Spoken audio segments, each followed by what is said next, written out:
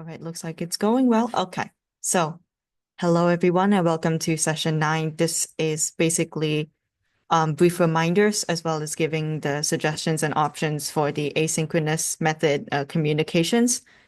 So none of what I'm going to say in this recording is anything new. It's just me trying to state it in another way. This is also to give reminders to people, especially as I'm recording as of the 18th of February. This is me trying to give the reminders a bit earlier, in case the notification might help anyone, or to give assurance, give some support to people by making like a small action just to ensure or just let me be able to communicate another way that I am willing to give support by any of the means. Um, while I am doing my best to offer a lot of support, I'm also trying to state my personal limits. Um, because at least for the presentations that I'm asking for 2nd of March, within the research study in and of itself, I'm also trying to state what I can and cannot do before 2nd of March. But again, if any updates come around or I find out that I can offer more or less help, I will update and show my accountability as things progress. So item A is just to let people know what exactly the assessment is.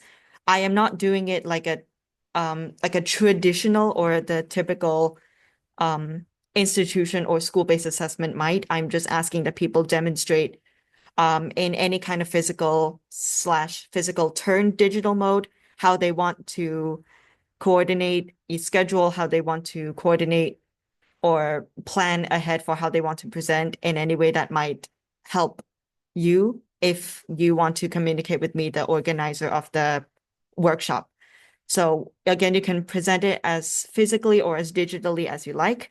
If you find out you want a room, and you happen to be nearby EdUHK, I can help you book a room and help to set up things that help you demonstrate it in the way that will help you best. For example, if people want to present it like they are presenting in a physical classroom, then I can help to book a room in EdUHK and meet your material needs as best you can. So helping you to print out anything, set up the computer, like a digital screen within the room. I can help out as long as you confirm the schedule. So please let me know what day you would want to do this, especially before 2nd of March of 2025. I will do my best to meet your needs as best as within my schedule, within my capabilities. Then another thing you can ask is just getting feedback. If you want me to see a draft, you can contact me by the email, by the school domain. If you're following the research project, you can also contact me by WhatsApp if you have consented to it. And in-person talks, especially if you already know me as a person and you happen to also be within EdUHK or within the Hong Kong area that I happen to live in, or you want to meet up somewhere else. Once again, I will need you to confirm the schedule, and then I will do my best to meet your scheduled time as I can. Please submit it online, either on your own, or again, you can ask me for support. As to the pre-workshop survey that I got answers a bit late, but that's also on me. I can help to embed on Padlet if you don't really like or you don't know how to go about Padlet that much. You can ask me to help with uploading it, and I will do my best to manage the technology or the online aspects of it. So I can upload it by my school email or record for you and then do all the uploading management. So if you decide that you need more support or you decide that you want me to help more so, then kindly contact me and I will do what I can. And the last thing is just if you are following the research schedule, then it is by 11:59 Hong Kong time, 2nd of March. I asked that the presentation and the post-test survey be submitted at this time. It is up on Google Forms, and at the time of uploading the asynchronous recording, the Google form should already be at the top of the Padlet. You should be able to see that it said post survey, post-test survey. And once again, if you find that you have some issues or you don't understand any of the questions, then kindly contact me by whichever of the ways that you would prefer, WhatsApp, email, in person, whichever it is. Again, when it comes to presentations or submitting the post-test survey data, which is again a lot of rating on a Google form. If you find that you have issues or in terms of understanding the questions or the technical issues, once again, I am able to help, but I would need you to speak up first. I would need you to contact me first. And again, you can contact me directly through WhatsApp, email, in person. So you do not have to rely on the Padlet all the time.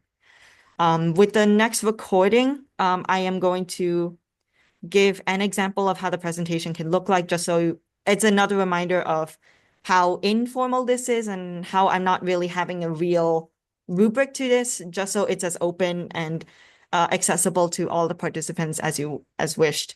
Especially because this whole project, the workshop group, outside of the research, I hope to have this archived as something that other people can look to or other people can learn from. So again, this session's recording may be outdated after 2nd of March.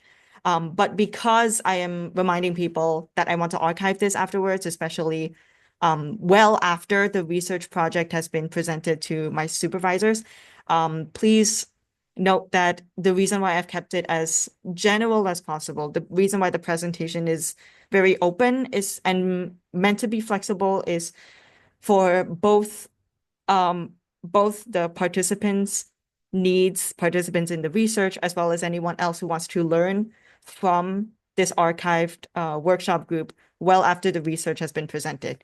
Okay. So that's as much for reminders for presentations or the so-called session 9, as done through asynchronous means by self-learning pacing. So I have done what I could, and I am doing my best to be as accountable as possible to say as much information as I can, give as much support as I can, and I will rely on the participants in the research to contact me as they are comfortable with.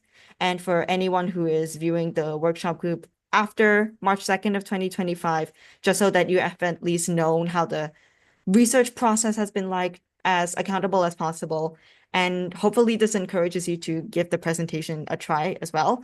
I believe my contact details will still be valid or slightly changed after the project has been archived. But this is so anyone who wants to try out, learn by actions as well, like follow the action planning process. If you choose to try it by yourself, I hope that all this encourages you to give it a try and know that it's not that serious. It's meant to be, again, more about sharing your ideas more so than presenting a final product. So thank you for watching this asynchronous session.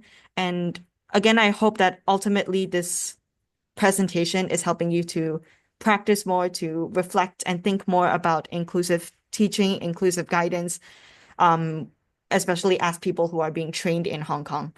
So thank you for watching this final asynchronous session, and I hope that this has helped you on your journey.